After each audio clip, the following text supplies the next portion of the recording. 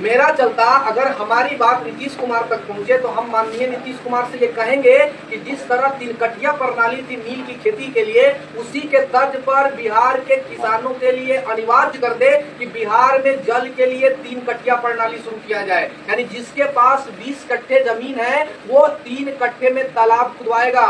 तब ये water crisis की समस्या अगले 1 दशक 2 दशक में हो सकता है कि क्या हो जाए, इसका समाधान निकल जाए, इसका सॉल्यूशन हो जाए, वरना मेरी निगाहों में इसका सॉल्यूशन दिखाई नहीं दे रहा है। तो हम माननीय नीतीश कुमार से यह आग्रह करते हैं कि भाई तुरंत कैबिनेट करके एक नियम बनाओ कि भारत में पानी के लिए बिहार में पानी के लिए हम 3 कटिया प्रथा शुरू करते हैं। जिसके पास भी अगर 1 बीघा जमीन है, 3 कट्ठे में तालाब हो और उस 3 कट्ठे के तालाब में मत्स्य पालन के लिए सब्सिडी हम अवेलेबल करेंगे।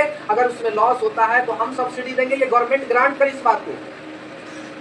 या तो उस 3 कट्ठे में जितना तुम्हारा अनाज होता था उसके बदले हम सब्सिडी देंगे, वरना ये बिहार के लिए बहुत बड़ा चैलेंज क्रिएट होगा वाटर क्राइसिस।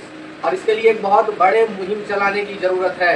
सिर्फ दीवारों पर पोस्टर लगा देने से और जल ही जीवन है और जल के बिना जीवन नहीं, ऐसी बातें कर देने से और साल में 1 दिन जल दिवस मना लेने से इस समस्या का समाधान नहीं होने जा रहा है।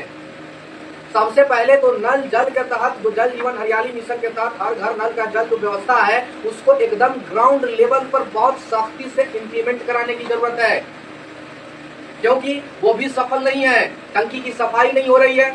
अब ऐसी स्थिति में महीनों तक टंकी की सफाई नहीं हो रही है, पाइप में लीकेज है, फिर उसका पानी अगर कोई आम आदमी पीता है तो दूषित जल पीने से बहुत सारी बीमारियां होती हैं और सबके पास जो है आरओ फैसिलिटीज नहीं है। ऐसी स्थिति में बीमार पूरा बिहार एक नए प्रकार के बीमारी के चपेट में चला आएगा।